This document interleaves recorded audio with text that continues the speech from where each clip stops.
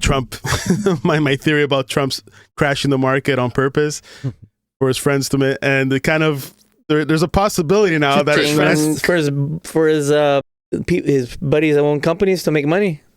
Himself, his family, his friends. That's what I said before. Maybe he's doing it on purpose. So how are they gonna make money? They crash it and then just invest in these companies that are gonna go back up again. Originally, I thought that, yes, but now it's possible that there's inside trading because of the tariffs, right?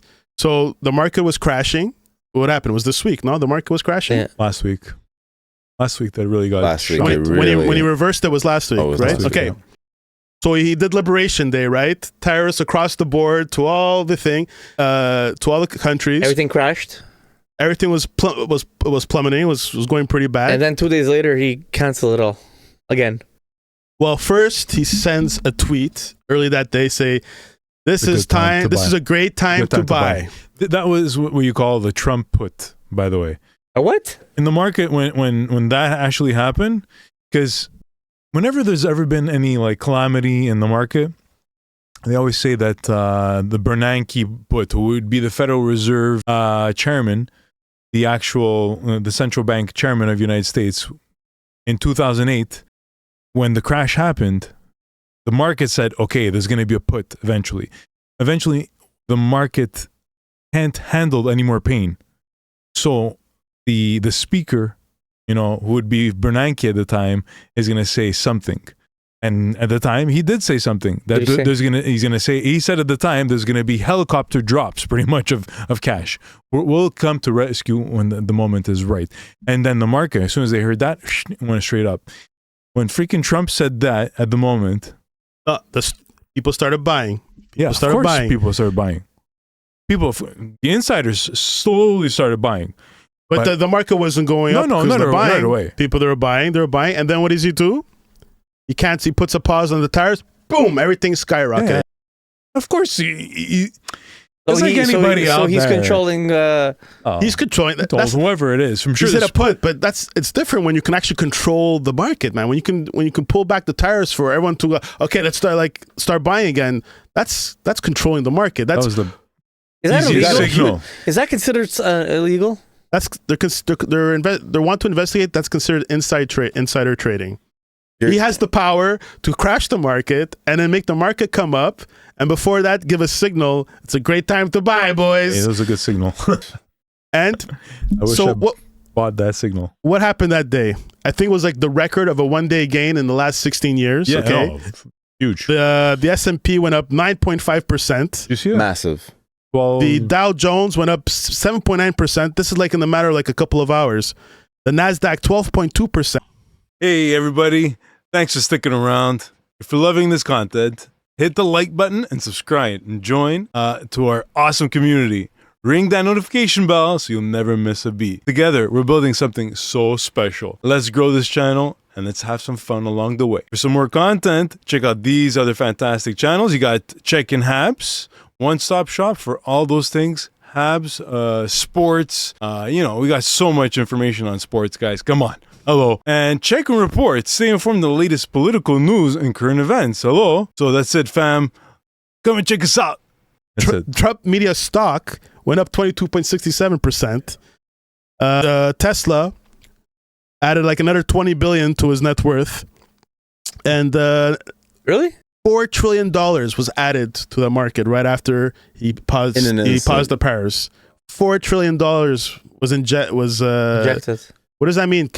Market capital when $4 trillion to market capitalization, meaning that because money was on the sideline, so the stock market re-injected cash inside. So like basically $4 trillion was injected into the stock market. Yes. And you don't think that's like something crooked about that or something about that? You don't listen. Could he have? Who's gonna find out? Trump said what? You know what I mean? Like who's gonna like find out? Unless it's in writing, unless it's in like he tipped off somebody. It's gonna be like unless they have a text message exactly. Or it's gonna be impossible to prove. Yes, impossible to prove without the exact without just circumstantial evidence, without real hardcore evidence. Come on, it does look like. Doesn't it look like the market moves in waves? You know, just like I'm the retail guy that, you know, that watches day to day. You know what I mean? And I look at the market. Imagine these people that are pros. You know, they're ready. They're like on the dime. Okay, they're levered up like this, and they know when markets are about to shift. So I was already at a point where it was exaggerated. You know what I mean? It was so exaggerated. What was exaggerated? The crash? The crash was exaggerated, very exaggerated. But how could you say it was exaggerated when it was because of the Liberation Day tariffs? And you know what the tariffs were based on? They weren't even based on existing tariffs. They were based on how much they're importing, how much they're exporting. By that, and that gives you 67%. And they put a tariff 67%. The digestion, what the market was doing is forecasting. All it's doing is, okay, there's going to be an adjustment towards revenues, towards EBITDAs, towards, you know, profitability of companies. That's what the market does. It digests it. It's like, okay, no, this is really not good. Okay, no, this is, you know, like this week it was funny how, imagine the market's like, you know, your wife. I mean, and it just reacts to all the bad news and all the bad news. And you're like, you kind of have to, like, you know, talk to your wife and like coach her out of it. That's what the market does. It's just like exaggerates and becomes so passionate and so really, it gets really pissed, you know, kind of thing. And then you calm her down. You feed her. It's an exaggeration of emotions. Like, I think if you're sad and you're angry, it gets really sad and angry and it shows. Then treat the market like, you know, and you'll see that, you know, you be patient with it, you know, and you'll see that there's going to be the moment, okay, she's turning around now, okay, guys, she's going to be all right. So, honestly, I feel like people in the circle are like, wait for the signal. Wait for the signal Wednesday. Wait for the signal.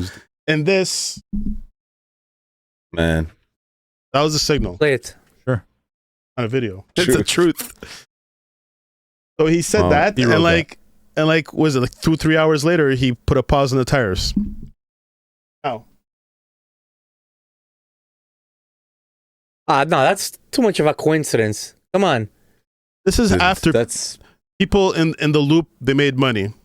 Okay? People not in the loop, a lot of people lost their money. People, the 401ks and stuff like retirement funds, a lot of people lost money. The same day, look what he's saying, man. He's bragging. Look. You know, this guy, like, he made billions and hundreds of millions. This guy made 800 million. Look at it. In one day, guys. Wow. I don't know, man. I just believe that this was done on purpose. This was calculated. This is not coincidence.